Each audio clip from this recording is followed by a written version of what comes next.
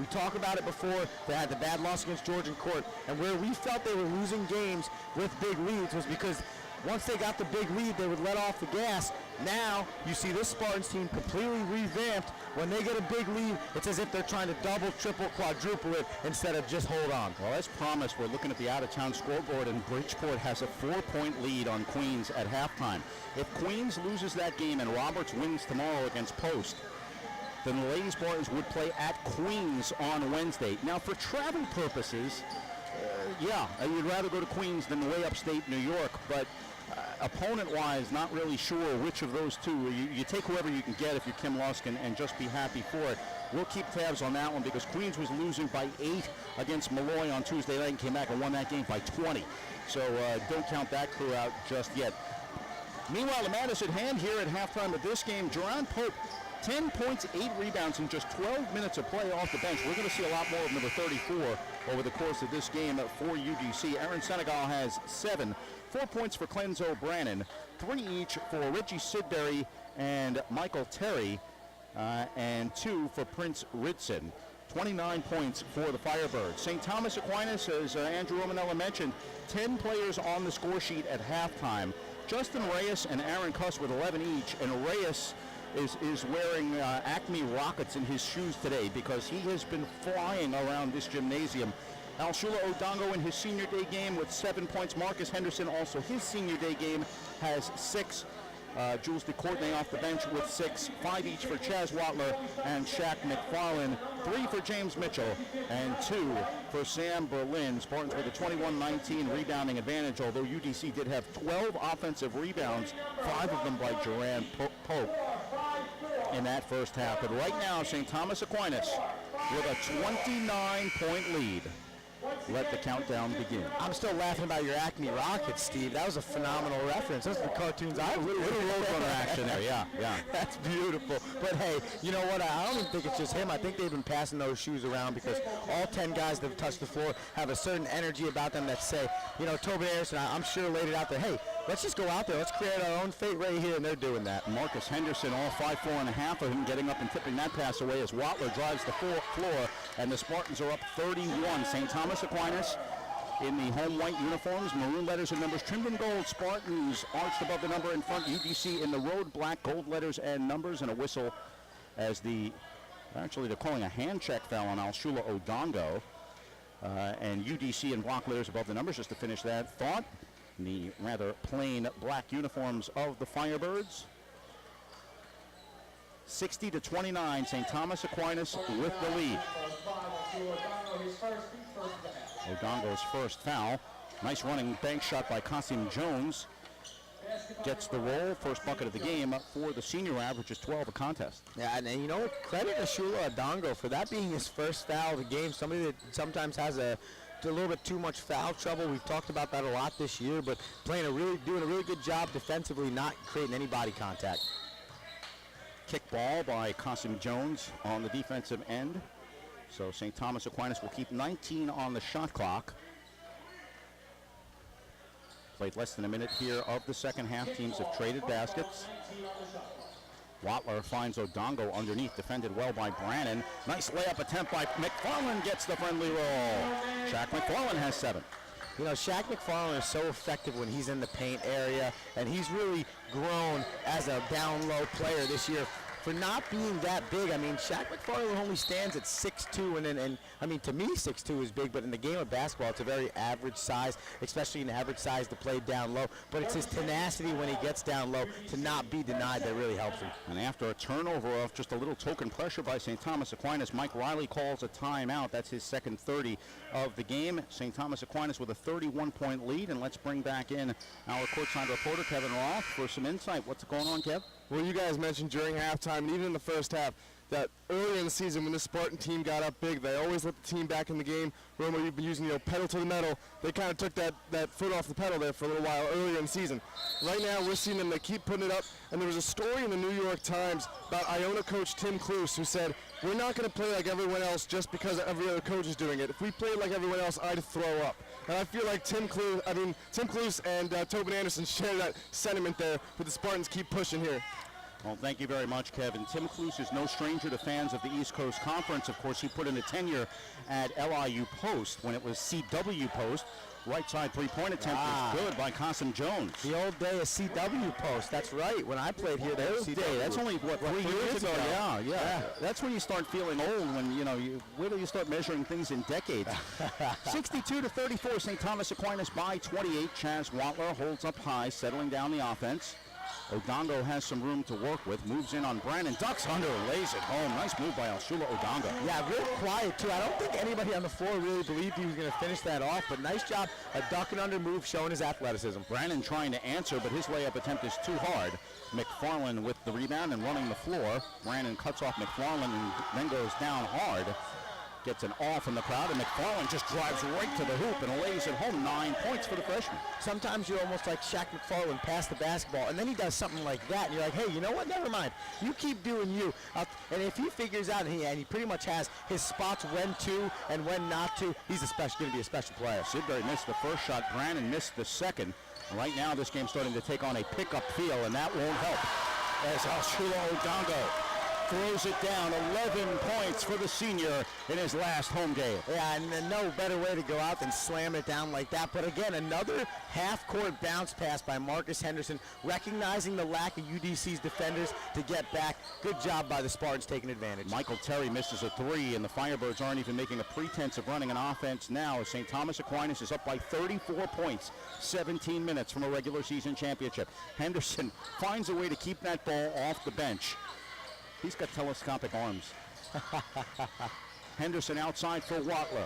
Watler with a crossover dribble. Fall away foul line jumper is short. Long rebound comes from McFarland. McFarland splices in, misses the layup, and Watler tries to tap it out, but he fouled Brannon on the way. Yeah, I think Watler just got his hand on the back of Brandon when he went up to try and flick that basketball back, calling the foul.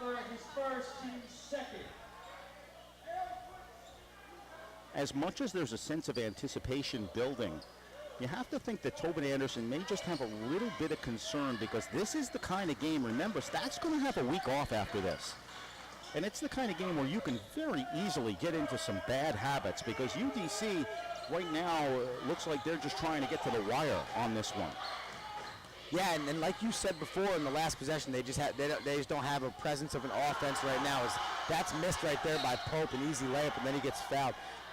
And you could tell when they seem to get down, and I don't know if this has been their case all year. Obviously, I haven't had a chance to watch their games all year, but it seems to be that the minute they kind of got away from what they were trying to do early and the Spartans jumped out to a lead, it just became, let's get over the half-court line, chuck it up, and try and score some points, not really run an offense or set anything up. And you can kind of see why they're a 5-22 basketball team right now. Pope at the line misses the first one. We mentioned what a force Pope was in the first half. There's a lot of minutes for the big fella, and he may be showing a little signs of fatigue. We saw a sign of it late in the first half, and especially when your team is trailing by 33, it can be a little demoralizing. But give him credit for still working his butt off down low and continuing to battle. No doubt. Odongo moves right around Pope and instead doesn't get the roll, but he did get the foul, and Pope going to make Odongo work for it at the line. First foul on Pope. But I think Odongo right there recognized who was guarding him. And even though Pope's a bigger player, Odongo's more athletic, and that's exactly what he tried to do, is take advantage. Odongo, a slicer. He started every game, the only player who started all 29 games for St. Thomas Aquinas last year. Lost that starting position this season, due in large part to the foul trouble that my partner spoke of earlier. But he has found such a great role, and it speaks a lot to that young man, how he's embraced this role of coming off the bench. And the coaches basically said, play as many minutes as you can, as hard as you can, and when you foul out, you foul out. If it's 15 minutes, if it's 25 minutes, whatever the case may be, and you see what he brings to the floor athletically, it's almost like he can play a less careful game because he's not worried about committing those fouls as he makes one of two. And that's to the credit of the coaching staff, recognizing they have a player of that caliber and just where to put them. Half the battle for why players are able to succeed at the college level is because their coaching staff puts them in a position to succeed. And right there, it's not that Alashula was playing poorly last season, but so much more could have happened for him if he wasn't fouling out as early in that starting position. So half that credit goes to Tobin, but you are right. The other half goes to Alashula Odongo, because there's not many seniors that would openly be okay with going onto the bench after starting 29 of 29 as a junior. By the same token, Alshula Odongo, I believe, is the only player, yeah, he is, because Mitchell hasn't been here 4 years. So of the 3 seniors, Odongo has this unique perspective of his first 2 years having won a total of 10 games, and his last 2 years seeing teams that are contenders for the conference championship. And I think given the choice, most competitors would say, I'll limit my role if it gives me a chance to go home with more wins. Absolutely. You want the hardware, as we just saw it on the floor with the baseball team. Hardware is what everybody plays for. This is why we come to college to play athletics. This is why you go through the trials and tribulations of a season, the 5 a.m.s and all that stuff, as Tobin Anderson takes a 30-second timeout. It could be a little bit of what we were talking about before. His team's got a 32-point lead. That's not something to really feel anxious about at this point in the game. But again, I think with a week off especially, Tobin Anderson's going to want to make sure that his team finishes this game in the fashion that it should. We're certainly going to see some bench players later in this contest if the score stays the way it is. And he'll give his team an opportunity to enjoy this day and the accomplishment that they have. But you still want to play the game while you're on the floor. And Tobin Anderson's crew has worked too hard up to this point for the coach to let that slip the last day of the year. Yeah, absolutely, and that's just why Tobin Anderson is such a good coach. He coaches ahead of the basketball game. He anticipates things before they happen, so he's able to coach it up and then put a stop to it. Foul called well outside as ref Jeff Bryant makes the call on James Mitchell. That's 3 on Mitchell.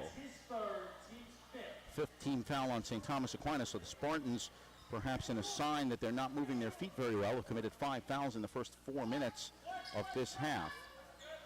There's Pope with Sam Berlin back on him, and that pass goes right through the legs of Qasim Jones. So a turnover on UDC.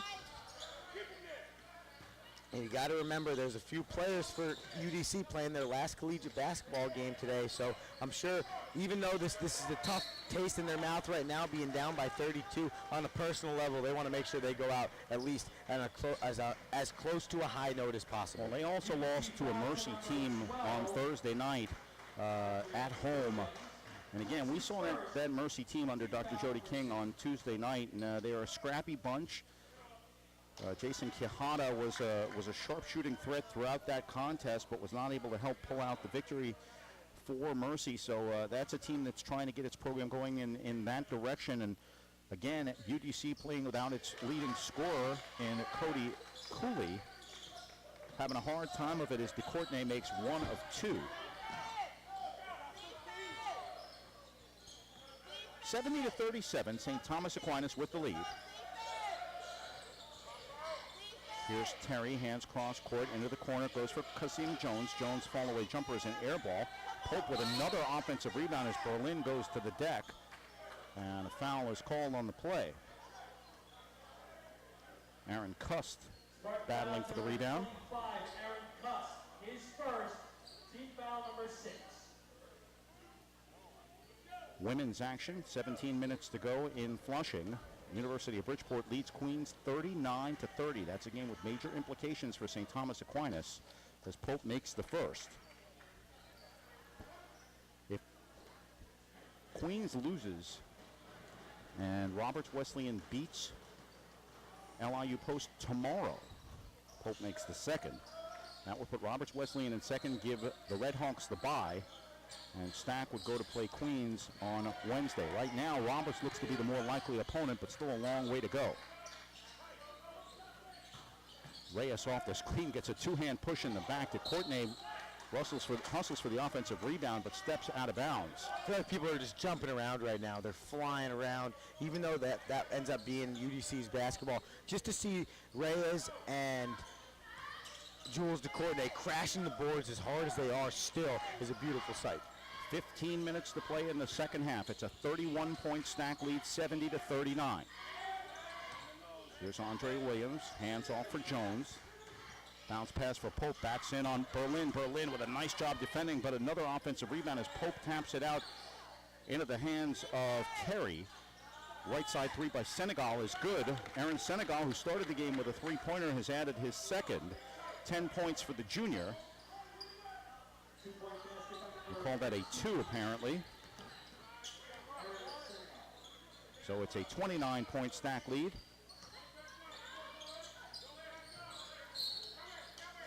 And an offensive foul is called, foul number 7 on St. Thomas Aquinas. And at this point, the officials perhaps looking at the scoreboard a little bit because 7 fouls on St. Thomas Aquinas in the early stages of this half. Yeah, I didn't necessarily see that one, but nonetheless, going back the other way for UDC. Yeah, DeCourtney call moving on the screen. Here's Andre Williams. STAC staying in the man. They've been there throughout. Jones on the baseline, up high for Senegal. Senegal with a 3. That's off, and he goes to the deck afterward. Here's Reyes, drives. He's pushed from behind, misses the shot. So a good foul by Senegal will make Reyes earn it at the foul line. Yeah, and because he got pushed from behind, he just went up so hard on the glass. I think Reyes would have had an opportunity to either slam that down or get an easy layup if Senegal didn't shove him from behind. 4th foul on Senegal. Only player on the floor in foul trouble. Mitchell and Odongo have 3 each for STAC.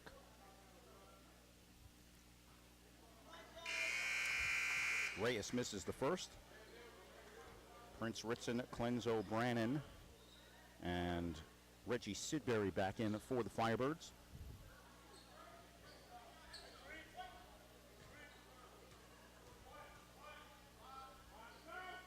Reyes' second free throw is well short, so he comes up empty on 2. Spartans have stalled a little bit on offense. Nice ball fake here by Terry, drives the lane. His floater rims out, but Berlin can't grab it. So UDC with the offensive rebound and a full 35 to work with. Yeah, Berlin just went to tip that from his right hand to his left hand and just tipped it a little bit too high. Berlin went down late in the first half and did everything he could to keep the pain off his face, but it sure looked like that ankle was giving him some trouble. And he did bring himself out of the game. He's a tough young man. Drive to the hoop by Qasim Jones for the layup. 7 points for Jones. Down to a 27-point game, 70-43. Yeah, Jones just came off that screen, and Berlin gave him a little bit too much space on the help, didn't move his feet fast enough, and Jones blew by him. Aaron cuts hard to the hoop, but he misses. Brannon with the rebound. Prince Ritson, left side for a long 2, back rims, and gets the friendly rim. Prince Ritson. Wow. How about that bounce? I thought it was going to go over the board. Nice soft touch there. 70-45. It's a 25-point game as DeCourtney found himself alone for a moment. Backs his way in. May have gotten away with a walk and gets the left-handed layup. Jules DeCourtney with 9 points. Yeah, he's such good post moves down low, does DeCourtney.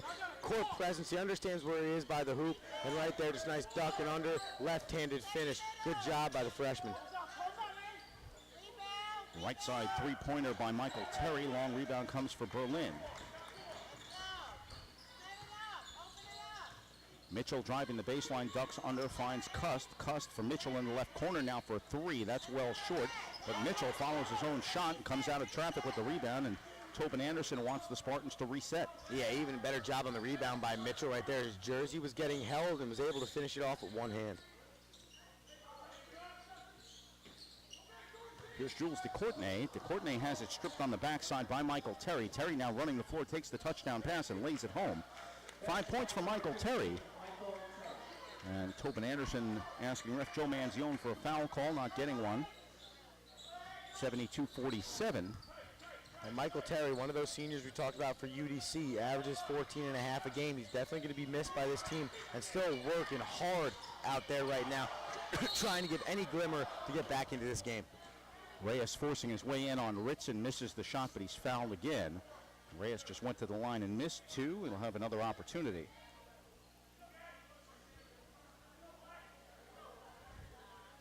Nine points for Reyes. UDC foul to number 1, Prince Ritson, his first team score. 4th team foul on the Firebirds as Reyes up and over with the first. Sam Berlin comes right back out. Alshula Odongo in.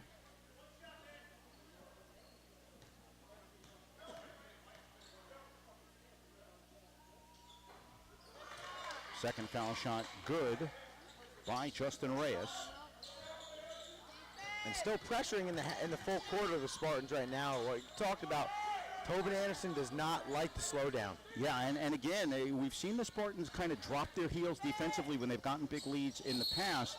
And you don't want to run a team out of the building, but the last 4 or 5 minutes, UDC has put together a little spurt here, and Tobin Anderson wants to make sure his team stays focused. Again, you've got a playoff situation to be ready for, and you don't really want to be worried about the perception of whether you were trying to run a score up on the team. You want your team to execute. Yeah, and with that, with knowing you're going to have 7 days off especially, it's even that much more important. We talked about it a lot last game. Reyes misses a three to Courtney with a beautiful tap out, and Odongo is fouled. Yeah, and we've seen a lot of those tap outs all year. It's if you can't grab the basketball on the rebound, give another one of your teammates an opportunity to grab it. That's exactly what DeCourtney did. And I even recognized where Odongo was on the floor and just tapped it right to him. So Odongo at the line, rolls the first one home. Alshula Odongo 5 out of 6 from the line. And a timeout is called by UDC coach Mike Riley with 11:09 to play in the second half. St. Thomas Aquinas 75, UDC 47.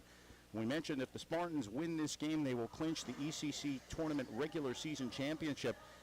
It's unfortunate in the manner of speaking because last year the tournament was not centralized. So it would have been home court for a potential final game that you were talking about. Not so much now. We know the game is going to be played at Post regardless.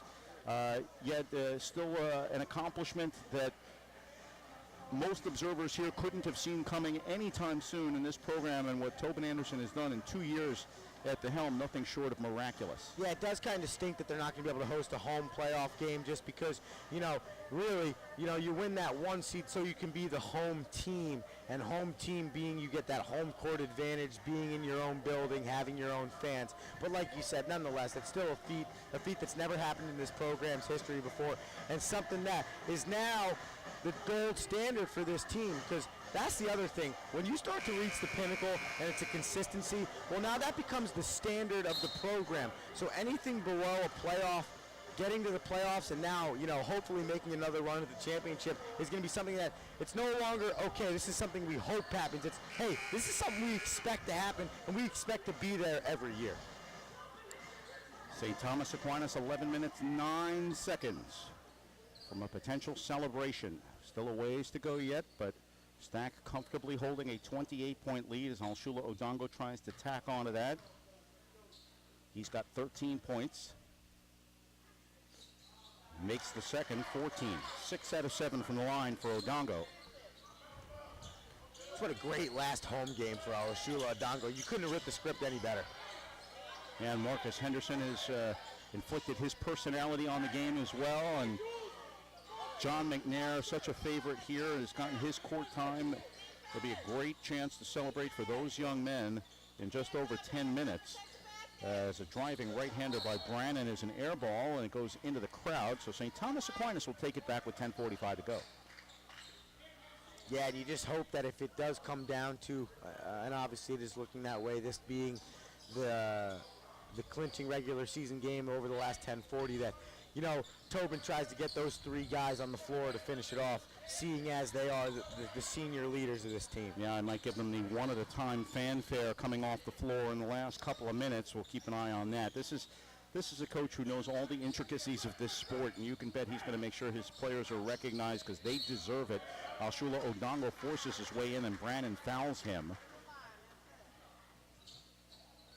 Odongo's been doing a great job of that all day, getting down low, getting in the paint, using his body and drawing contact, as he's going to go to the line for his 7th and 8th foul shot of the game. And Odongo has such long lines. He doesn't look like a very bulky guy, but he is deceptively strong. We've seen that especially over the course of this season. Oh, yeah, absolutely. And that's why, paired with his athleticism is why he's not afraid to be in that down low area and battle some of the bigger players. Chance Watler back in along with Marcus Henderson and Shaq McFarland. Each team with 7 fouls now, so still over 10 minutes to go. Second foul shot by Odongo misses. 76-47, St. Thomas Aquinas by 29. Straightaway three for Williams. That one's halfway down and comes out. And here are the Spartans on the run, 5-on-2. McFarland decides to stutter step and pull it out. We're midway through the second half. Glad you could join us. Steve Paulson, Andrew Romanella, Kevin Roth. We are at Aquinas Hall in Sparkill. St. Thomas Aquinas with a 30-point lead inside 10 minutes to go from an ECC regular season championship. Here's Marcus Henderson. Henderson eyed up by Kasim Jones. Pope pounds Odongo, and finally on the second shot, Joe Manzione makes the call. I think he realized he let it go the first time. Odongo's got to be saying, you know, with all the touch fouls I get, man. Yeah, it's about time it flips around the other way. And you see Odongo coming up with a smile on his face, I'm sure, with some type of thought in his mind. Jerome Pope called for the foul. It's his third. Odongo 7 of 9 from the line, makes the front end. Back to a 31-point STAC lead. Women's action again. Queens has now taken the lead on Bridgeport midway through the second half by 1 point, so still a long way to go. Tap out attempt by John McNair does not come about. Senegal splits the D. It's slapped by Odongo. Doesn't get a call there, and Senegal forces it up on the third shot. Nice effort there by Aaron Senegal. He's got 11. Yeah, he was just chucking it back up into the rim until that thing fell, and he got the third opportunity for it to drop. You get the feeling the referees kind of want to let the guys play at this point and just get this game in the books. 9:15 to play, 78-49. I agree with that too. Yeah, St. Thomas Aquinas by 29.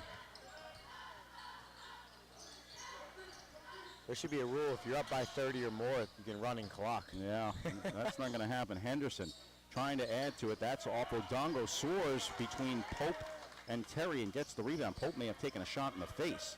Comes up checking his nose, but seems none the worse.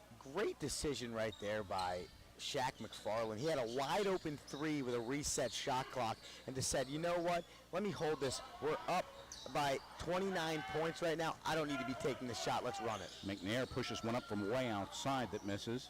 Drive to the hoop by Andre Williams is off. Here's McNair on the run, 4-on-1. Watler with numbers. Watler goes glass with the right hand and puts it in. Chaz Watler, 11 points. STAC by 31. And just, again, another odd man break for the Spartans. That time 4-on-2. Every time they get an opportunity to, they're going to run, and they're going to run high tempo. Jones heaves up a shot, claiming he was fouled on the play, but doesn't get the call or the result. Sam Berlin comes in, replacing Alshula Odongo. He gets the nice air ball chant from the crowd. Yeah, you know what? The one thing I think I've really been happy to see over the course of this season is how much the crowd has gotten into this basketball team playing very well and really start to get louder, start to enjoy it, start to show up in more numbers and bigger waves. Well, I'll tell you what, if you can't get into this team, there's really no team you can get into. Yeah. It's a fun brand of ball to watch, and Tobin Anderson himself is quite the character on the sideline, especially when things aren't necessarily going his way. He's such a nice guy, but he is intense, he is involved, and his team reflects that as Watler gets hammered on his way to the hoop, but nothing called, and McFarland decides to come up with the steal, and there's Watler ahead of the field, and McFarland decides to take it himself. Oh, a little surprising there. Shaq McFarland passed up the open man. Yeah, and I actually thought he was going to give an alley-oop to Sam Berlin right there. That's what everyone, I think, wanted. That's what I wanted, at least. Yeah, well, a little bit surprising there. Usually you see somebody dish that off and talk about how unselfish he is. That shot was rejected down low. Spartans on the run now, 4-on-1, and UDC looks to be just mailing it in. And that time Watler got his layup. Timeout on the floor. And Mike Riley seeing the same thing that we are with 7:04 to go in the second half. St. Thomas Aquinas has pulled away in this one. It's a 35-point advantage, 84-49. Yeah, I think you're also going to start seeing the likes of Kieran Hayes, Ross Greenfield getting and Brad Saxton going to get into this game, hopefully in a little bit here too. Up by over 30 points, you got to get every guy on the team if you can a little bit of game play today.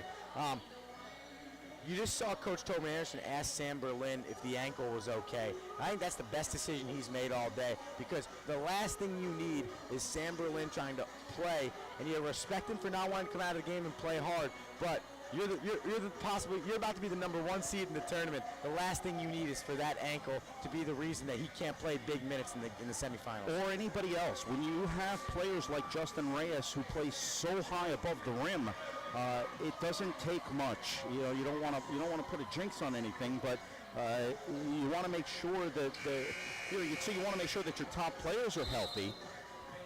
But who do you rest? Yeah. they need another 10 guys on the bench to rest all the guys who are valuable to this team. It's a good problem to have, but I'm sure Tobin Anderson is hoping at some point that they can just kind of take the air out of the ball as Kieran Hayes is into the game on prediction, number 32, and Ross Greenfield is waiting at the table. He'll be in next. Like you said, sometimes they make us look good. Yeah, well, once in a while. Once in a while. You watch enough games, you pick up something here and there as Beauplan pushes off on Reyes crossing the midcourt line. Inside 7 minutes to go. Beauplan hands off to Pope.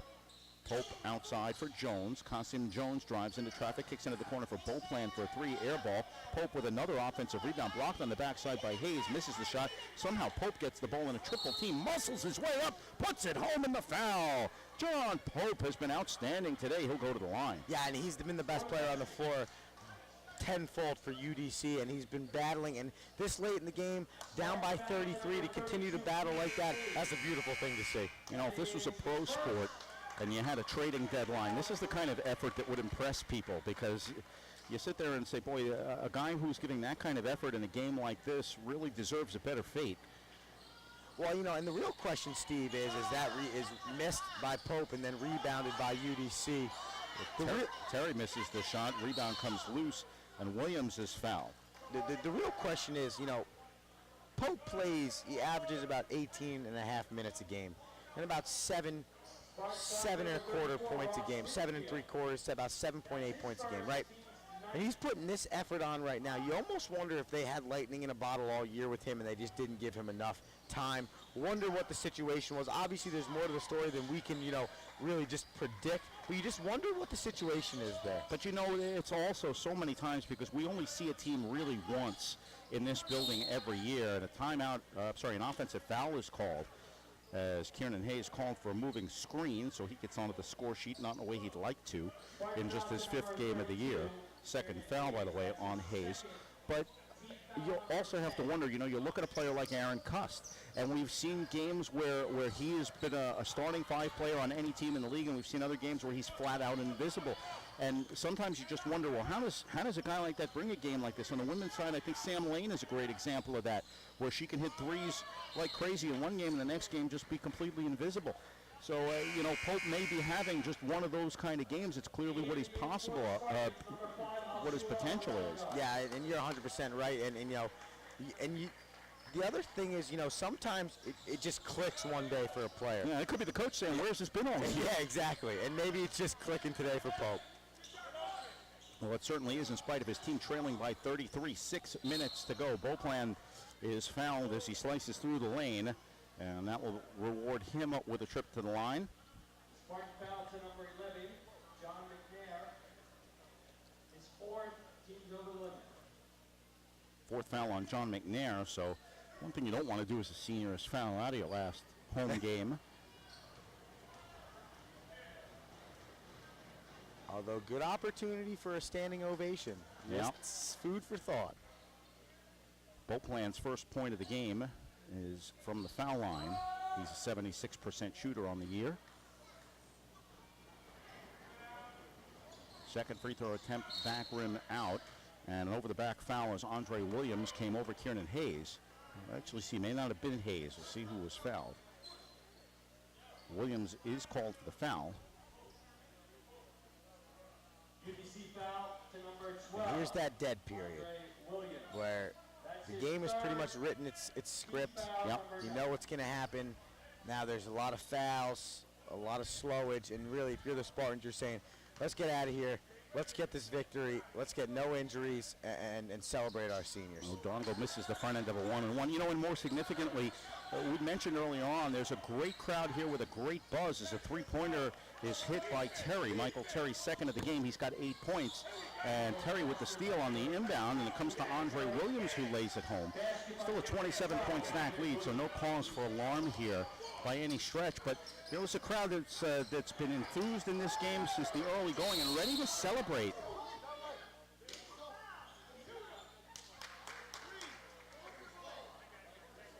Michael Terry was arguing emphatically with Joe Manzione, and he was getting the call on Marcus Henderson, who affectionately wrapped a leg around Terry going for that loose ball. So UDC playing with a little spunk now after trailing by 30-some. Yeah, there was a lot of pressure right there on that possession. And you just wonder if, some fresh faces get into the game. Masner Blue Plan is in the game for really the first, maybe second time this game. Comes off the bench. He's a freshman saying to himself, I'm getting a 6-minute tryout opportunity for my sophomore season next year. I'm going to make the most of it. Terry makes the first. He's got 9 points.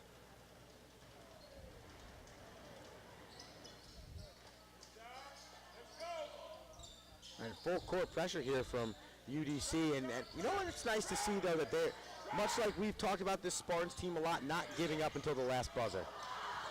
Kieran Hayes trying to alley-oop. Alshula Odongo missed. Ross Greenfield puts up almost an air ball, and Mitchell misses the rebound. Hayes is called for the foul, and everyone's head kind of rolls back a little bit as we walk down the floor again for more foul shots. Yeah, it's just, I do understand that there are fouls that need to be called, but when you're sitting in a 26-point ball game and it's barely a reach-in, that's one where you can kind of hold the whistle and not call the foul. Andre Williams misses the front of 2. Third foul on Kieran Hayes. Well, there's a definite lull in the building right now as Williams makes the second. You got to think, though, over the last 2 minutes or so of regulation that it will start to build again as the crowd senses a celebration coming. Pope with a nice block as Odongo was thinking of throwing one down, and Pope had other ideas. Yeah, it's funny that the reaching before was called, but that hard slap on the wrist of Alashula Odongo was not. And I think that's why Odongo was kind of surprised that there was no fault call there. But I'll tell you what, coming back in a storm right now is UDC. Michael Terry with 12 points. Well, again, by one token, if the Spartans are playing this kind of tempo, they're accused of trying to run the score up, and they've started emptying their bench, and now UDC is playing pressure. You have to kind of wonder at that a little bit, and you see that sort of thing. But yeah, that's Qasim Jones with the throwdown, and a timeout is called. 4:35 to play. It's back to a 20-point game, 84-64. St. Thomas Aquinas with the lead. And Qasim Jones getting some boos from the crowd here at Aquinas Hall. I love that. Well, Spartans again just 4 minutes 35 seconds away from an ECC regular season championship.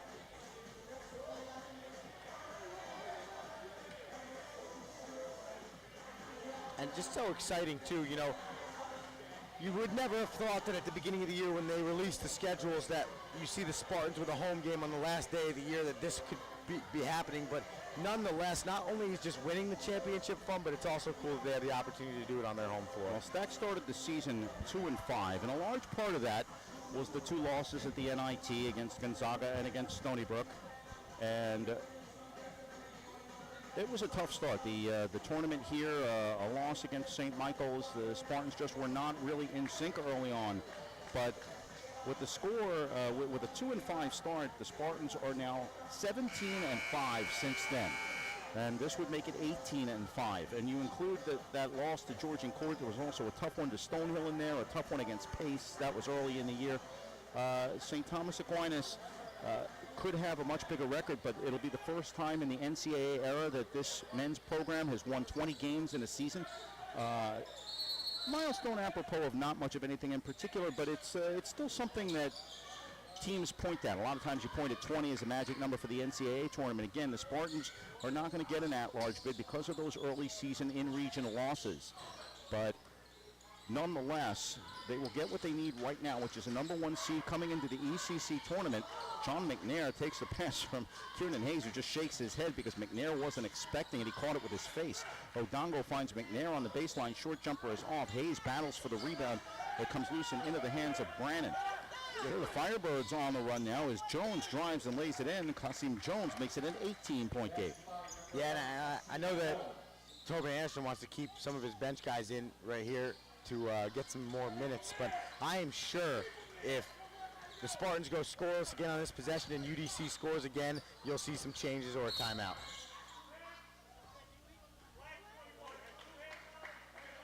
And a push foul is called, and Tobin Anderson looks a little exasperated, and I'm not sure if it's because of the way UDC is playing or if it's because of the way his team is playing, but I think he just wants this game to end, and Bradley Saxton is going to come into the game along with James Mitchell.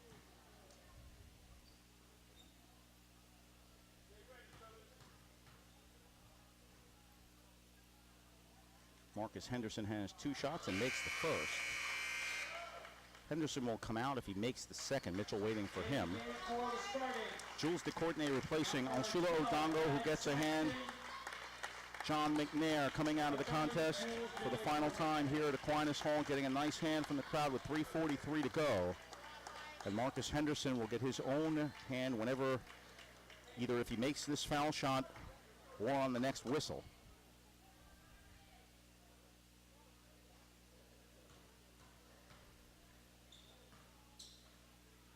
Henderson's second is up and good, and that will do it for the home career, the 2-year career of Marcus Henderson. Gets a hand from his teammates and the crowd here at Aquinas Hall.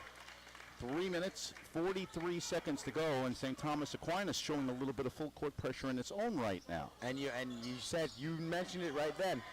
Tobin Anderson looks a little exasperated, not too happy. What's his plan? Hey, let's go back to what we were doing the first 15 minutes of this basketball game. Play high energy. And again, you got 3 players in Greenfield, Saxton, and Hayes who don't see a lot of action, so it is not exactly the kind of lineup that you get to see do this every day. DeCourtenay getting called for the foul there, so that's 3 on him.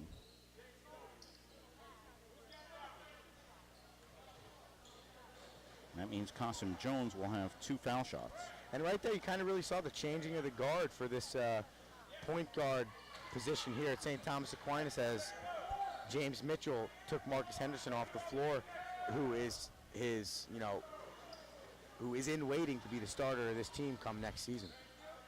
Well, I'm certain that they're both hoping that there are a handful of games to go before that happens. There will be at least one more, and that will be in the ECC tournament semifinals 1 week from today at LIU Post. The Spartans earn a bye to the semis. There's Bradley Saxton being pestered by Reggie Sidbury. Not ready for his college career to end. Well, he's only a sophomore. So definitely not ready. Yeah, for definitely not ready for that. And James Mitchell is fouled by Trayvon Butler, a freshman. UDC foul to number 22. Man, it just feels like the fouls have been tallied up here in this last 5 minutes. Yeah, we've been in neutral for the last about half hour here as James Mitchell goes to the line. You're thinking if they're going to foul somebody, they should at least foul the guys who don't get a lot of points. I was thinking the same thing. First foul shot's good for Mitchell. Spartans by 20. Prince Ritson into the game, and Reggie Sidbury comes out.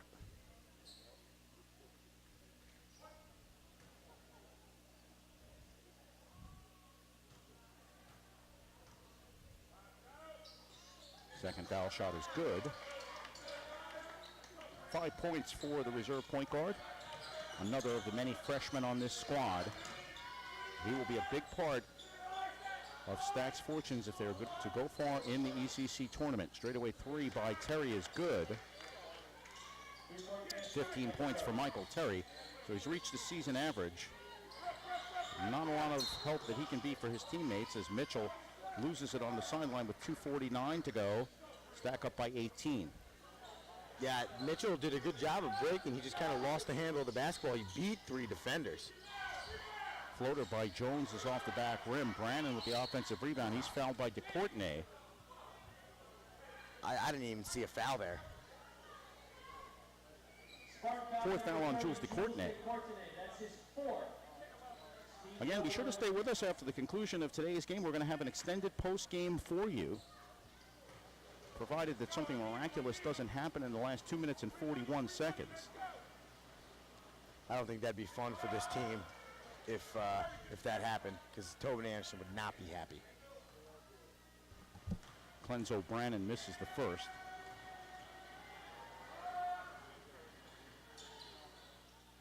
Second foul shot is good. 17-point St. Thomas Aquinas lead, and a foul is called. Foul to number 22, Trayvon Butler. As Trayvon Butler is called fouling on the inbound. And what's terrible for all of us is that no time runs off the clock. Yeah.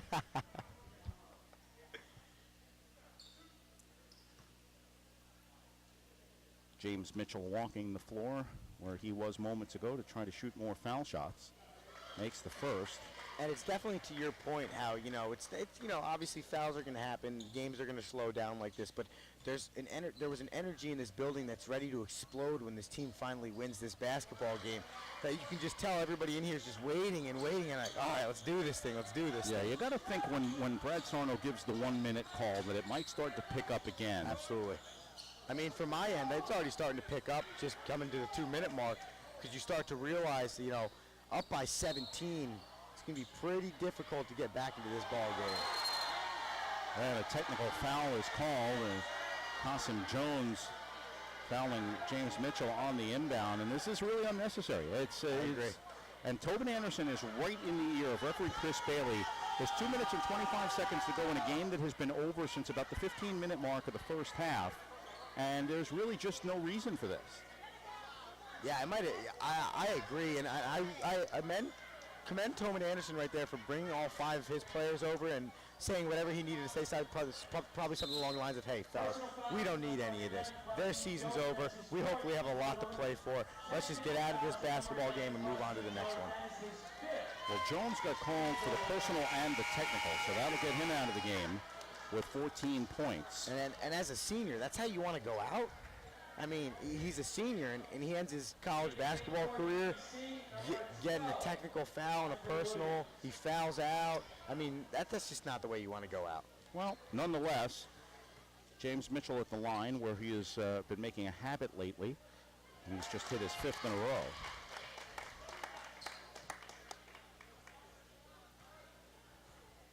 I think if I was a basketball player, and this is a completely unrelated note, if I had to take a foul shot with nobody standing there, I'd feel more uncomfortable than with people standing there. I would agree with that. Mitchell misses the second, so now we'll have the 2 for the foul shot.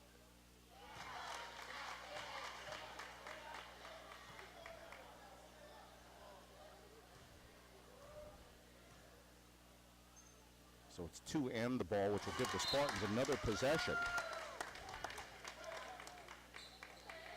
Well, Mitchell, with those 7 straight free throws, has gotten into double figures with 10 points. That's one way to do it.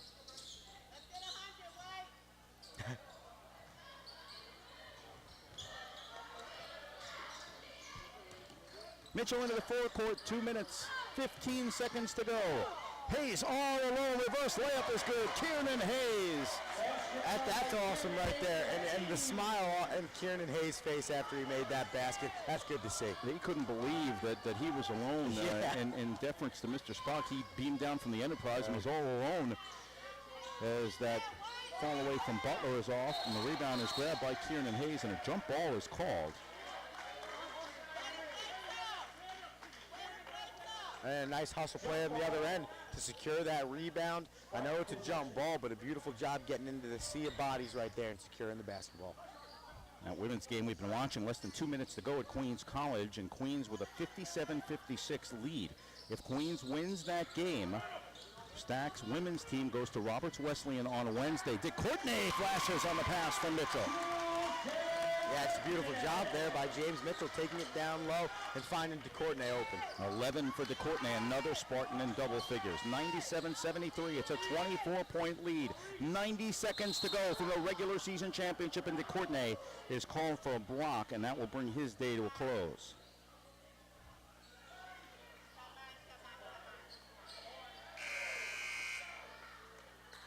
Justin Reyes coming back into the game.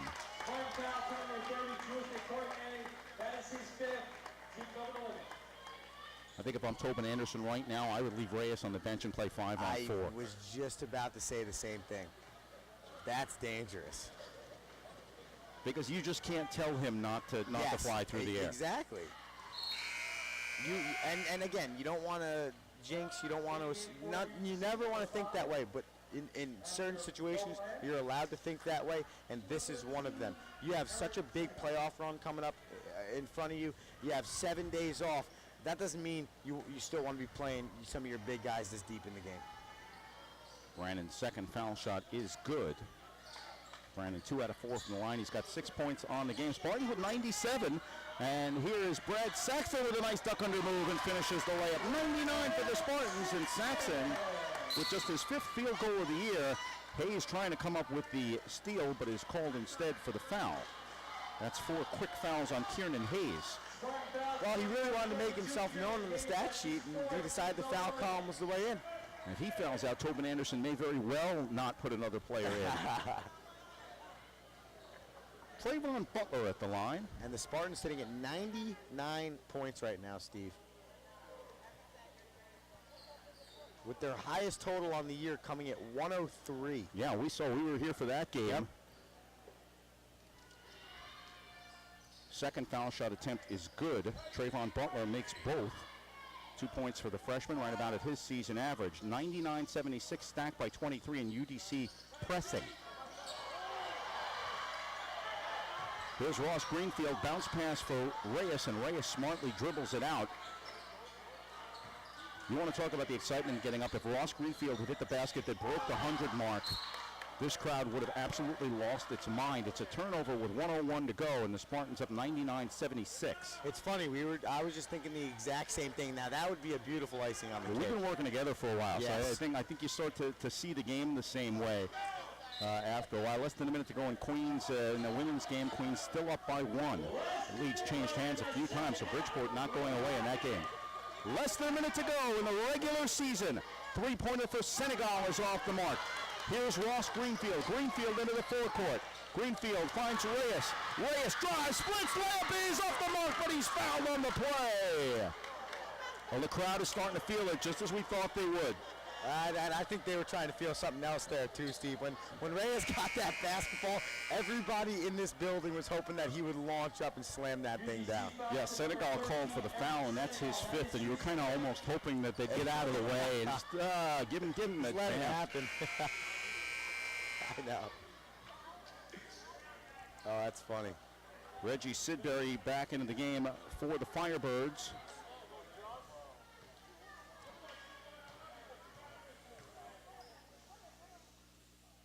Reyes at the line, misses a free throw. He is 5 out of 8.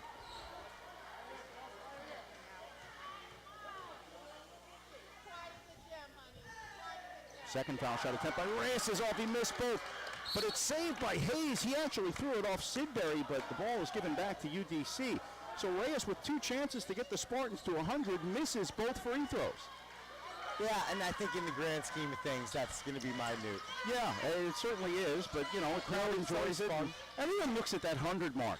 Yeah. And again, even when we were up at over at Gonzaga, the crowd cheered when they hit the 100 mark, man. It didn't matter who they were doing it against. And Kieran Hayes, in 6.5 minutes of basketball, fouled out. That, I'll tell you what, is a feat. I wonder if that's the quickest foul out, because it's got to be close. Well, it could be Alshula Odongo territory, yeah. Meanwhile, it gets Shaq McFarland back into the game where he didn't expect to be. 34.4 seconds to go, and if the Spartans have another chance, and they're going to run out the clock, it'll be interesting to see if they take the last bucket, if they can get it.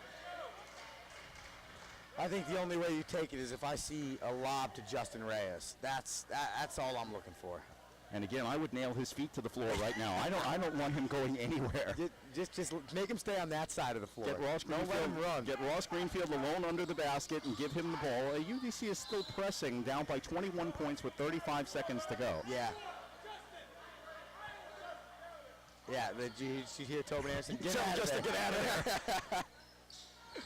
James Mitchell in the backcourt has it. Look to see if he's going to get fouled, but apparently not. The shot clock is off. 28 seconds to go, and that's it. The Spartans are in the forecourt. Mitchell was fouled, but no call was made there. Mitchell's dribbling through traffic with 20 seconds to go. St. Thomas Aquinas, as the crowd starts to feel it here with 15. Mitchell has it outside. We approach 10 seconds to go in the regular season. 99-78, St. Thomas Aquinas with 5 to go. 4, 3, 2, 1. It is over. The St. Thomas Aquinas College men's basketball team are the 2014-2015 East Coast Conference regular season champions. Who'd have thunk it? That's exciting. I'll tell you what, no better way to win it than go out with an offensive explosion. So many guys in double figures. Every single player on this team touched the floor today and had an impact. Just a phenomenal team effort and a well-deserving championship. The crowd feeling it here at Aquinas Hall, and now, of course, we can officially tell you that the Spartans have earned the #1 seed. College President Dr. Margaret Fitzpatrick, coat already on. She's probably had it on for about the last hour, waiting for this game to officially end, as have the rest of us. But we're going to have an extended post-game for you. We're looking to get Tobin Anderson and perhaps a couple of players up here. We've also been told that the Spartans players will be cutting down the nets in celebration, so stay around. We're going to have all that for you on the air as the St. Thomas Aquinas College men's basketball team, for the first time in their tenure as a Division II program, have hit 20 wins in a season. They are now 20-10 overall, 17-3 in the East Coast Conference. They are the regular season ECC champions. They have the tiebreaker over the University of Bridgeport, and the Spartans will be the #1 seed for the East Coast Conference tournament. They'll be playing in the semifinals out at LIU Post next Saturday, March 7th, down in Brookville, New York. Congratulations and heartily well-deserved and welcome to Tobin Anderson and company. The crowd, the team has gone back into the locker room for the minute, but we'll expect to see them back out here shortly and enjoying the celebration with this crowd here. It's been a lot of excitement at Aquinas Hall throughout this year, and a perfect way to cap it off.